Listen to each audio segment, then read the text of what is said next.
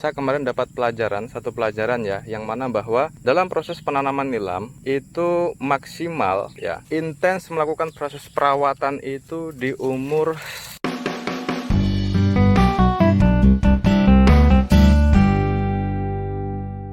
Assalamualaikum warahmatullahi wabarakatuh. Kembali lagi bersama saya Setio Prayogo di channel S Prayogo.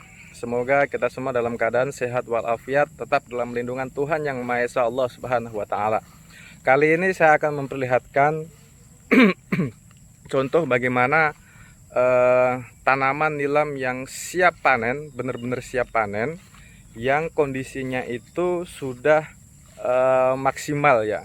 Jadi ada beberapa petani yang kemudian itu memanen nilamnya itu belum cukup umur, itu sudah dilakukan proses pemanenan. Nah, sehingga ini akan mempengaruhi tingkat kadar minyak dari hasil produksi minyak atsiri itu sendiri gitu. Nah, sehingga kali ini saya akan memperlihatkan contoh tanaman saya ya, bukan kemudian saya mau berlebihan, tidak, astagfirullah, tapi saya hanya memperlihatkan contoh bagaimana tanaman nilam yang sudah siap panen dengan umur yang sudah siap untuk dilakukan panen itu sendiri. Nah, bagaimana model dari tanaman yang sudah siap panen itu sendiri, kita lihat. Nah, ini adalah tanaman saya, sahabat-sahabat semua, yang kemarin kita tanam di akhir bulan 12 dan di awal bulan 1 dengan metode di bedeng menggunakan bambu ya, potongan bambu, dengan satu metode lagi menggunakan metode direndam menggunakan root moss gitu. Nah, hari ini sudah masuk di bulan 6, sehingga umur dari tanaman nilam saya ini sudah mencapai maksimal ya, sudah umur 6 bulan, sehingga ini sudah siap untuk dilakukan proses pemanenan itu sendiri gitu. Nah, terlihat daun dari tanaman nilamnya itu sudah mulai menguning seperti ini, dan model daun dari tanaman ini seperti ini ya, terlihat cukup tebal dan warnanya juga sudah berubah. Jadi kepada sahabat-sahabat semua, kalau misalnya kita memanen dengan kondisi tanaman nilam kita yang subur, benar subur, tetapi daunnya masih menghijau, sehingga coba bersabar terlebih dulu untuk menahan diri dalam melakukan proses pemanenan gitu. Nah, kita tunggu sebentar saja sehingga umur dari tanaman nilam kita itu bisa maksimal di umur 6 bulan ya, 5 bulan lebih hingga 6 bulan, sehingga nantinya kita bisa memproduksi minyak atsiri yang bagus begitu. Nah, PA-nya itu bisa mencapai 3, 4 bahkan 5 gitu. Ini tanaman saya ya. Ini kalau kita mau masuk ke dalam, ini orang sudah sedada ya, sedadanya kita. Kita bisa lihat coba.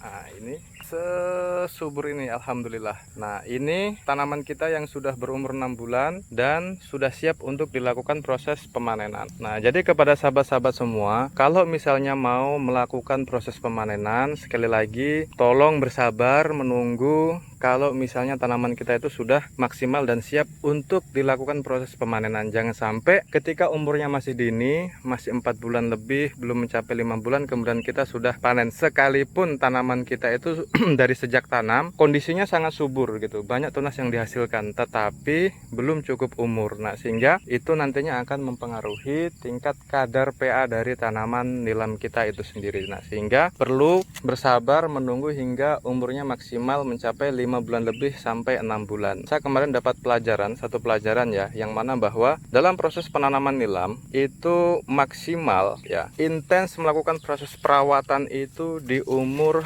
1 bulan hingga 2 bulan gitu. Nah, jadi dalam jangka waktu 2 bulan atau sampai 2 bulan setengah, kita intens untuk memberikan nutrisi kepada tanaman nilam kita gitu. Artinya bahwa kita maksimalkan dalam pemberian pupuk kepada tanaman nilam kita gitu. Nah, sehingga ketika sudah 2 bulan setengah kita maksimal memberikan pupuk kepada tanaman nilam kita, selebihnya kita kurang mengontrol bagaimana pertumbuhan dari tanaman nilam kita. Kalau misalnya itu terserang hama, kita segera atasi, dan kalau misalnya dia ada penyakitnya, segera kita tanggulangi gitu. Nah, sehingga dalam jangka waktu 2 bulan setengah itu kita intens memberikan nutrisi, kita berikan pupuk baik itu padat maupun cair kepada kepada tanaman nilam kita, sehingga ketika sudah bisa umur 2,5 bulan tumbuhnya itu saya yakin sudah subur, dan untuk mengalahkan rumput di sekitaran tanaman nilam itu sudah bisa gitu. Nah, sehingga intens dalam melakukan perawatan nilam itu 2,5 bulan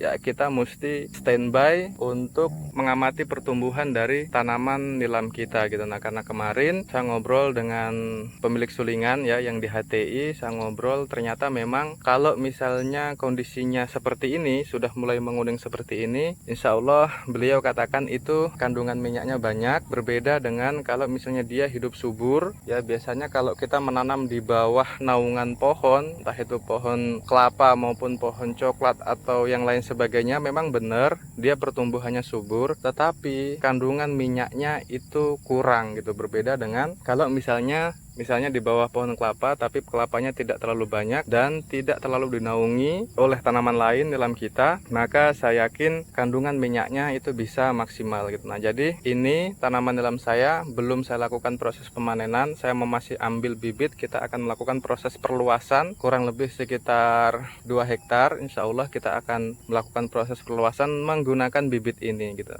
Jadi bibitnya sudah sangat ya, ini kalau dijadikan bibit sudah maksimal keren ya. Ini dipotong segini. Nah, nanti ini yang kita akan gunakan bibit untuk menanami lokasi yang sementara kita sedang persiapkan gitu. Nah, jadi kepada sahabat-sahabat semua, ini satu pengalaman pribadi ya, beberapa orang yang saya ajak untuk komunikasi bagaimana tanaman yang sudah siap untuk dilakukan proses pemanenan itu sendiri gitu. Nah, sehingga kita tidak salah menaruh persepsi, kita tidak salah mengaplikasikan pada saat panen di lokasi tanaman nilam kita, tetapi kita benar-benar bisa melihat kondisi tanaman nilam kita sebelum melakukan proses pemanenan itu sendiri gitu. Nah, sehingga kita bisa menghasilkan minyak atsiri nilam yang luar biasa gitu. Nah, jadi mungkin sahabat-sahabat semua, saya hanya memberikan contoh saja bagaimana tanaman yang sudah siap untuk dilakukan proses pemanenan gitu. Nah, sehingga kepada seluruh petani nilam di seluruh Indonesia bisa mengambil satu pengalaman ini. Kalau memang ini bisa dijadikan contoh buat kita semua ya. Nah, ini sahabat semua, kita bisa lihat sangat bagus daunnya cukup tebal. Nah, insya Allah ini bisa banyak mengandung minyak dan bisa membawa kita keuntungan yang balance dengan pengeluaran kita itu sendiri. Baik, kepada sahabat-sahabat petani nilam di seluruh Indonesia, ini kondisi tanaman saya yang lokasinya itu ada di Minakarya, Kecamatan Moilong, Kabupaten Banggai.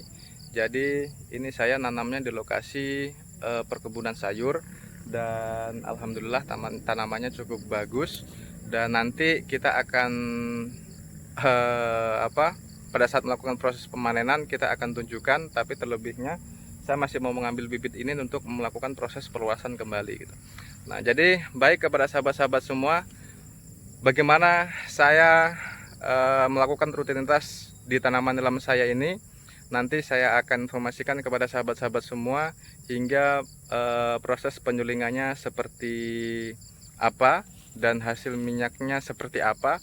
Nanti saya akan pertunjukkan, insya Allah, kalau misalnya tetap kita diberikan kesehatan, sehingga kita bisa menjadikan ini semua pengalaman kepada kita sebagai petani nilam di seluruh Indonesia. Untuk harga sendiri di daerah saya itu kemarin mencapai 465 ya, sudah turun dari harga 500.000, dan mudah-mudahan nanti ini akan terjadi kenaikan lagi supaya ini bisa membawa keuntungan lebih buat kita sebagai petani nilam, dan hasil dari panenan kita ini bisa maksimal menghasilkan minyak atsiri, kandungan minyaknya banyak, harganya meningkat, sehingga kita bisa profit balance dengan pengeluaran yang kita sudah keluarkan. Baik, kepada sahabat-sahabat semua, ini contoh bagaimana tanaman nilam yang sudah siap dipanen, dan mudah-mudahan ini menjadi pengalaman atau contoh buat kita semua. Baik, saya Sito Prayogo, mohon maaf kalau ada kata-kata saya yang salah. Saya akhiri, salam petani nilam Indonesia. Wassalamualaikum warahmatullahi wabarakatuh.